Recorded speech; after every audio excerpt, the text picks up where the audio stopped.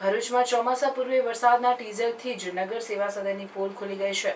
જિલ્લાભરનો વહીવટ જ્યાંથી લાવવામાં આવે છે એવી કલેક્ટર કચેરી બહાર જ માર્ગ પર ટ્રક ખાડામાં બેસી ગઈ હતી, જેના પગલે નગર સેવા સદન અને કોન્ટ્રાક્ટરની બેદરકારી છતી થઈ છે. ભરૂચ જિલ્લામાં નૈઋત્યના ચોમાસાનું આગમન થયું છે, પરંતુ ચોમાસાના આગમન સાથે જાણે સમસ્યાઓનું પણ મંડાણ થયું છે. માત્ર છૂટાછવાયા વરસેલા વરસાદના કારણે રોડ બેસી જવાની ઘટનાઓ સામે આવી છે. આજરોજ સવારના સમયે કલેક્ટર કચેરી બહાર એક ટ્રક માર્ગની બાજુમાં ફસાઈ હતી. ભરૂચ નગર સેવા સદન દ્વારા તાજેતરમાં જ ₹80 લાખના ખર્ચે આઇકોનિક માર્ગનું નિર્માણ કરવામાં આવ્યું છે. ત્યારે પ્રથમ વરસાદમાં જ માર્ગની સાઈડનો ભાગ બેસી જતા લોડિંગ ટ્રકના બંને ટાયર ફસાઈ ગયા હતા, જેના કારણે કોન્ટ્રાક્ટરની બેદરકારી છતી થઈ છે. કલેક્ટર કચેરી બહાર જ આ પ્રકારના દ્રશ્યો જોવા મળતા નગર સેવા સદનના ચીફ ઓફિસર હરીશ અગ્રવાલ ઘટના સ્થળે દોડી આવ્યા હતા અને કામગીરીમાં કચાશ ક્યાં રહી ગઈ તેનું નિરીક્ષણ કર્યું હતું.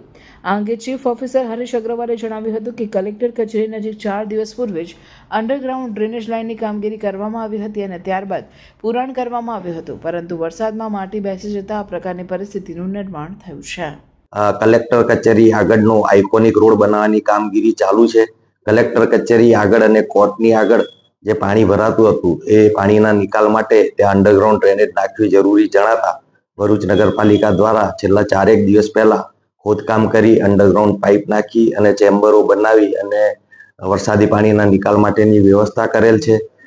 ખોદકામ કરવામાં આવ્યા પછી પુરાણ પણ કરવામાં આવેલ છે, પરંતુ ગઈકાલે રાત્રે જે વરસાદ પડ્યો છે એના કારણે ખોદાણ કરેલી માટીનું સેટલમેન્ટ થયેલ છે, જેના કારણે ત્યાં માટી પોચી થતા ત્યાંથી જે ટ્રક પસાર થયેલ હતો એ ટ્રક પોચી માટીની અંદર જવાના કારણે ટ્રક ફસાયેલ છે.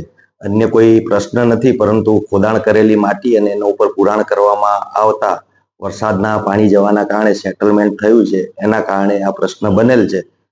નગરપાલિકા સત્વરે એનું વ્યવસ્થિત પુરાણ કરી અને એટલા ભાગની અંદર ફરીથી પેચવર્ક કરશે.